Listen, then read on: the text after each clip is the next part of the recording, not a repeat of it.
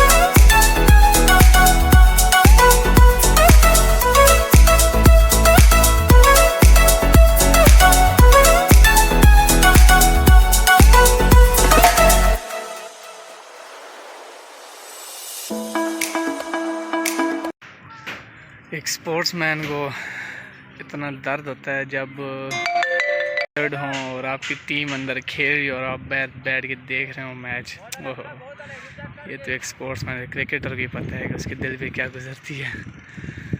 बहुत ही इस टाइम जो है न पूछें कैसे हालात रहे हैं। इंशाल्लाह अल्लाह पाक जल्दी रिकवरी दे, दोबारा ग्राउंड में उतरें, यही दुआ है। आप भी दुआ करें।